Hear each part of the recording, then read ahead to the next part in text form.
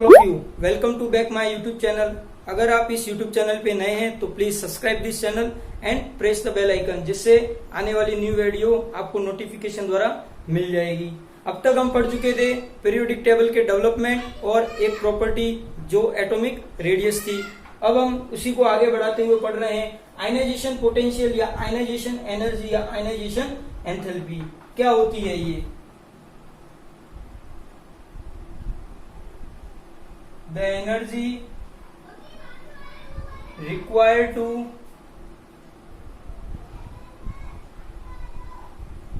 remove electron whose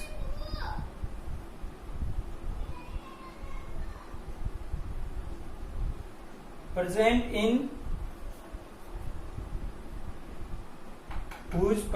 in isolated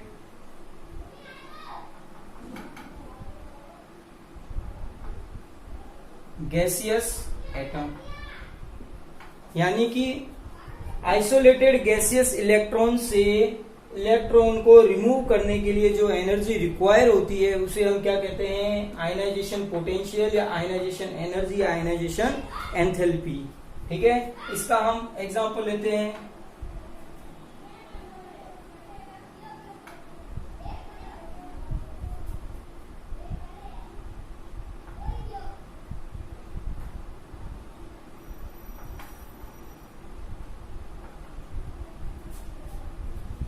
M plus ई, हमने E energy दी किसको? M को, और उससे हमने M प्लस और E बना दिया, और E हमने इलेक्ट्रॉन को रिमूव कर दिया। ये है हमारी IE1 first ionization enthalpy.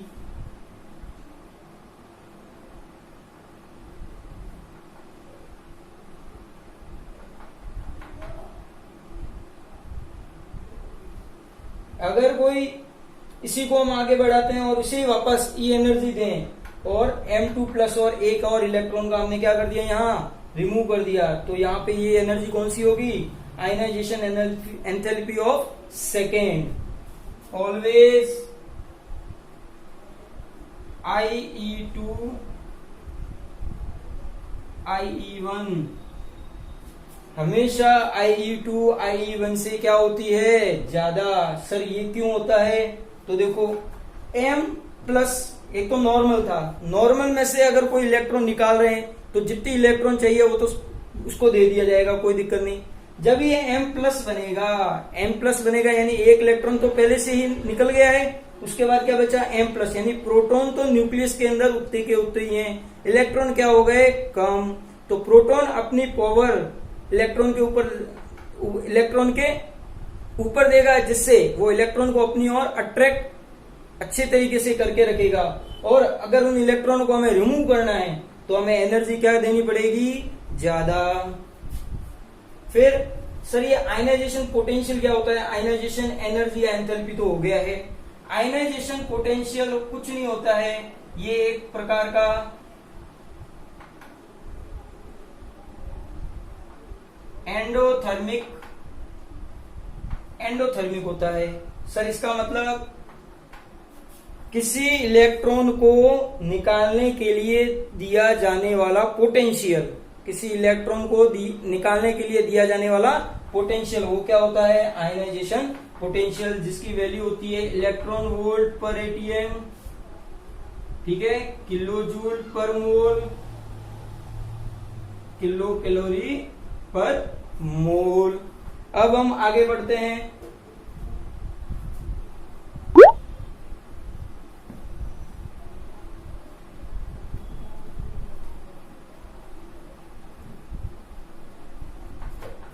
Factor affecting the IE।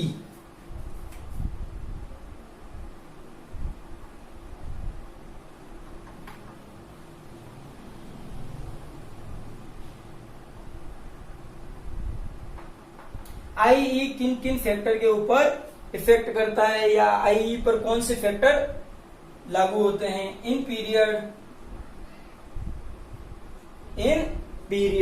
Period के अंदर हम देखते हैं कि लेफ्ट टू राइट जाते हैं। जेड इफेक्टिव क्या होता है? इंक्रीज। तो आई भी क्या होगी? इंक्रीज। तो हम क्या कह सकते हैं IE directly proportional to Z effective. और हमने कल ही पढ़ा था Z इफेक्टिव प्रोपोर्शनल किसके होता है? प्लस चार्ज, और अपोज किसके होता है? माइनस चार्ज के। ठीक है, अब हम क्या कह रहे थे कि इलेक्ट्रॉन को रिमूव करना है, लेकिन इलेक्ट्रॉन को रिमूव हम लेफ्ट टू राइट जाते हैं तो कुछ एक्सेप्शन भी आते हैं जिसे हम अपवाद कहते हैं। एक्सेप्शन क्यों आते हैं? क्योंकि कुछ ऐसे एलिमेंट जो होते हैं उनका जो इलेक्ट्रॉनिक कॉन्फ़िगरेशन होता है वो क्या हो जाता है? Stable electronic configuration. जैसे कि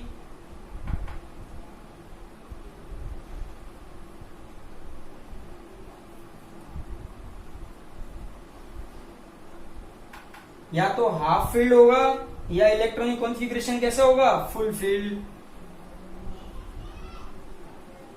इलेक्ट्रॉनिक कॉन्फ़िगरेशन कैसा होगा? फुल फील्ड या हाफ फील्ड। तो सर इसका क्या इफेक्ट पड़ता है? इसका हम एक एग्जांपल ले लेते हैं, जैसे कि कार्बन, नाइट्रोजन, ऑक्सीजन। ठीक है, अगर हम नॉर्मल देखें लेफ्ट टू राइट तो कार्बन से ज्यादा आई किसकी होगी? नाइट्रोजन की। उससे ज्यादा किसकी होगी? ऑक्सीजन की। लेकिन जब हम इसका मेजर करते हैं तब हमें क्या पता चलता है कि कार्बन, उसके बाद ऑक्सीजन और सबसे ज्यादा नाइट्रोजन, क्योंकि नाइट्रोजन के अंदर 2s2 2p3 और ऑक्सीजन होता है 2s2 2p4। ये कैसा होता है? Half field. कैसा होता है? Half field. ये तो इसकी हम देखें फर्स्ट आयनाइजेशन एनर्जी है, या हम इसको ऐसे भी लिख सकते हैं,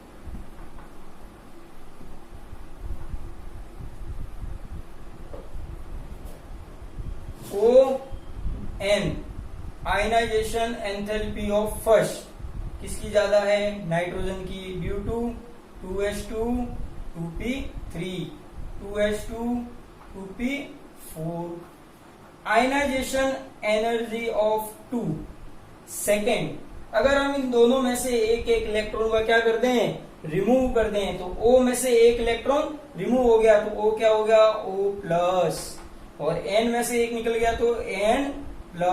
अब इसका इलेक्ट्रॉनिक कॉन्फ़िगरेशन हो जाएगा 2s2 2p2। एक इलेक्ट्रॉन निकल गया, यहाँ पे 2s2 2p3। अब ये बन गया क्या? स्टेबल। तो अब सेकेंड जो आयनाइजेशन एनर्जी होगी वो O+ की ज्यादा होगी, किसके हिसाब से? N+ के हिसाब से। ये तो हमने बात की पीरियड की।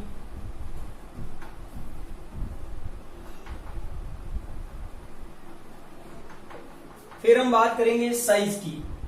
तो हम टॉप से बॉटम जाते हैं, टॉप से बॉटम या ऊपर से नीचे जाते हैं इन पीरियोडिक टेबल। तो साइज क्या होती है? इंक्रीज। और आयनाइजेशन एंथैल्पी क्या होगी? डिक्रीज। तो हम क्या कह सकते हैं? Ionization enthalpy is inversely proportional to size. फिर इसकी application,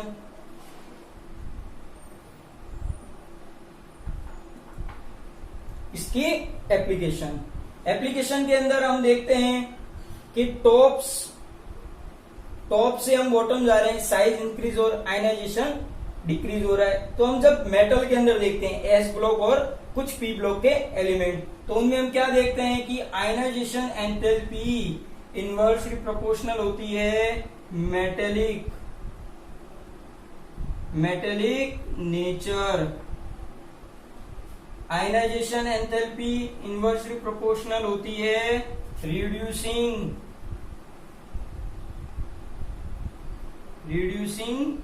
power. Ionization enthalpy inversely proportional 1 upon reactivity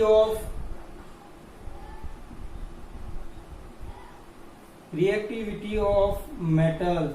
यानी कि हम टॉप टू बॉटम आते हैं तो मेटेलिक नेचर अगर बढ़ता है, क्योंकि हमें पता है कि टॉप टू बॉटम आते हैं तो मेटेलिक नेचर बढ़ता है, जिससे आयनाइजेशन एंथैल्पी क्या हो जाती है उसकी? लो। अगर मेटेलिक नेचर बढ़ रहा है तो उसकी रिड्यूसिंग पावर भी बढ़ रही है। और रिएक्टिविटी ऑफ मेटल हम देखते हैं कि Li लिथियम ये होते हैं। हमें पता है कि लिथियम की जो रिएक्टिविटी होती है वो सबसे कम होती है। क्यों? लिथियम प्लस को छोड़ के। अगर ये लिथियम प्लस है तो इसकी रिएक्टिविटी ज्यादा होगी। तो टॉप टू बॉटम आते हैं तो आयनाइजेशन एंथैल्पी क्या हो रही है? सॉरी, आयनाइजेशन एंथैल्पी तो डिक्रीज हो रही है टॉप टू बॉटम, और रिएक्टिविटी क्या हो रही है? Increase.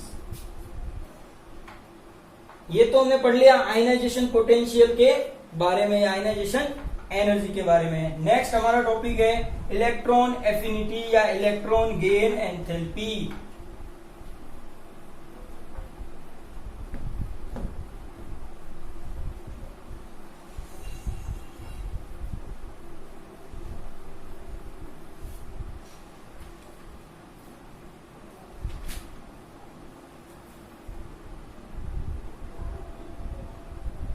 Electron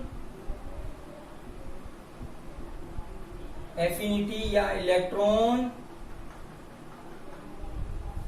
gain enthalpy. Electron affinity को शॉर्ट में लिखते हैं EA।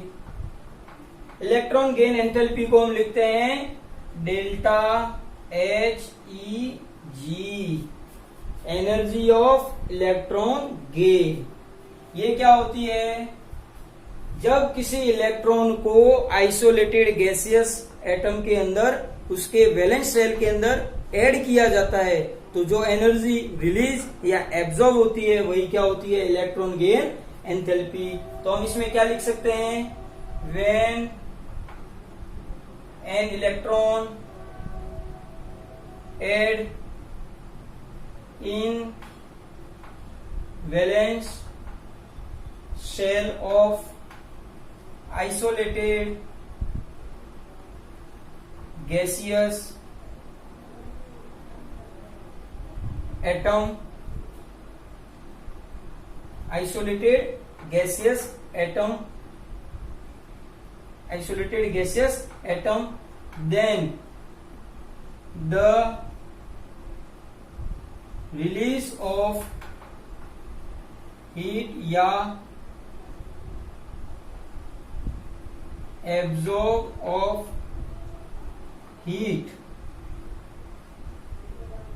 Called electron gain enthalpy.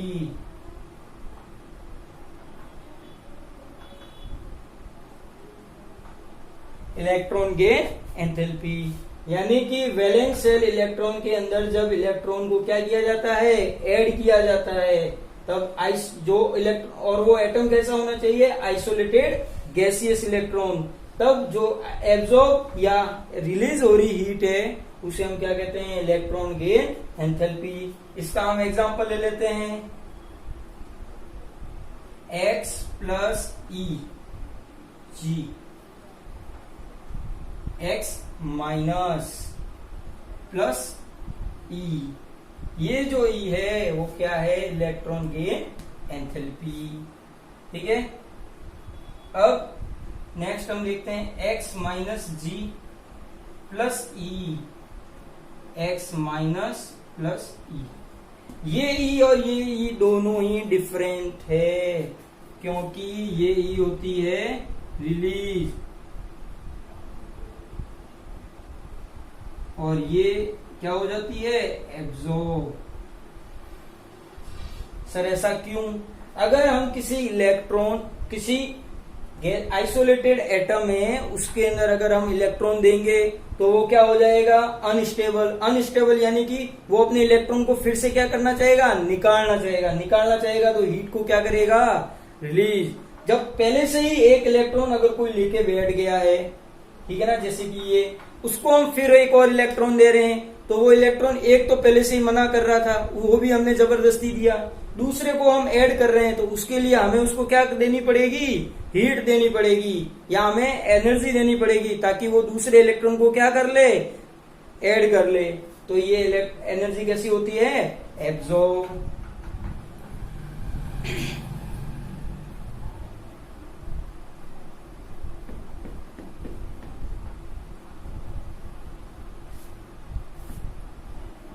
Important fact होते हैं इसके अंदर 2 इंपॉर्टेंट फैक्ट। एक होता है फर्स्ट ये कि एज इट इज मैं ये रिएक्शन लिख रहा हूं X plus electron gives X minus. ये तो इसकी क्या हो गई इलेक्ट्रॉन गेन या ये हो गई। मैं इसी रिएक्शन को बैकवर्ड डायरेक्शन या पीछे की दिशा में ले जाऊं तो ये इसकी क्या हो जाती है आयनाइजेशन एंथैल्पी। अभी हमने थोड़ी देर पढ़ा था गैसियस एटम हो या आयंस उसके अंदर से एक इलेक्ट्रॉन को निकालना। अगर हम इसको नहीं देखें तो ये अभिक्रिया कैसी हो रही है इस डायरेक्शन में रिएक्शन हो रही है। X माइनस में से एक इलेक्ट्रॉन को हमने क्या कर दिया निकाल दिया तो हम इसको क्या कहते हैं IE। तो हम इससे क्या कंक्लूजन निकाल सकते हैं हम इससे क्या कंक्लूजन निकाल सकते हैं इलेक्ट्रॉन एफिनिटी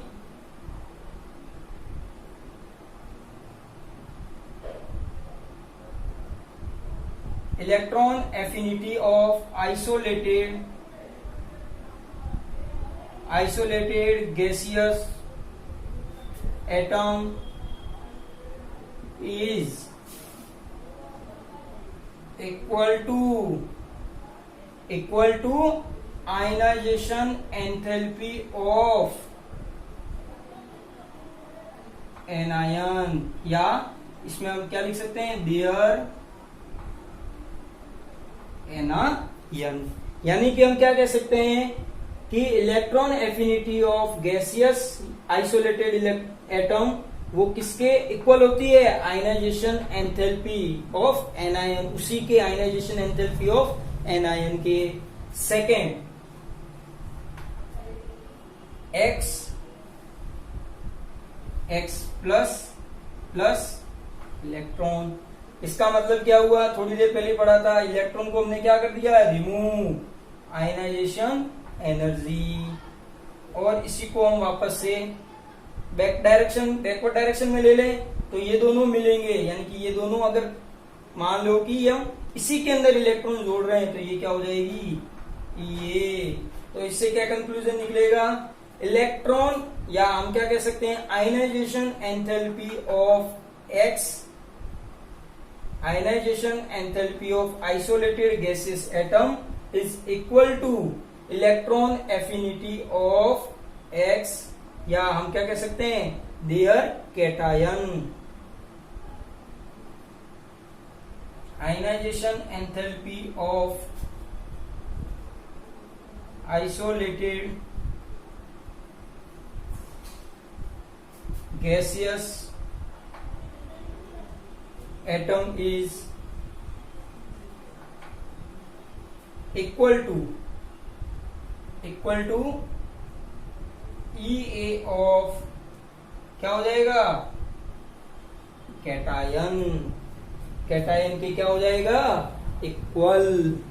अब हम इसके कुछ इफेक्ट पढ़ते हैं जैसे कि हमने वहां पढ़ा था।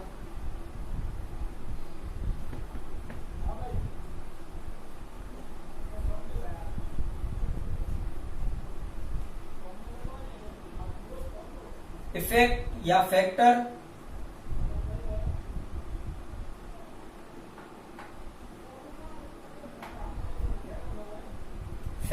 Affecting the EA। तो सबसे फर्स्ट वही पीरियड में हम क्या देखते हैं लेफ्ट टू राइट जाते हैं Z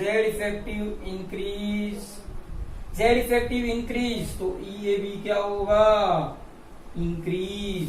या हम क्या कह सकते हैं Z इफेक्टिव के साथ साथ साइज क्या हो रहा है डिक्रीज।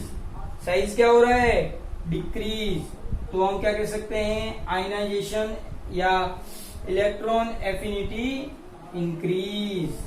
तो electron affinity is directly proportional to Z effect और Z इफेक्ट किसके प्रोपोर्शनल होता है पॉजिटिव चार्ज और इनवर्सली प्रोपोर्शनल नेगेटिव चार्ज। ठीक है ये तो हो गया पीरियड। सेकेंड होता है ग्रुप। सेकेंड क्या होता है? ग्रुप।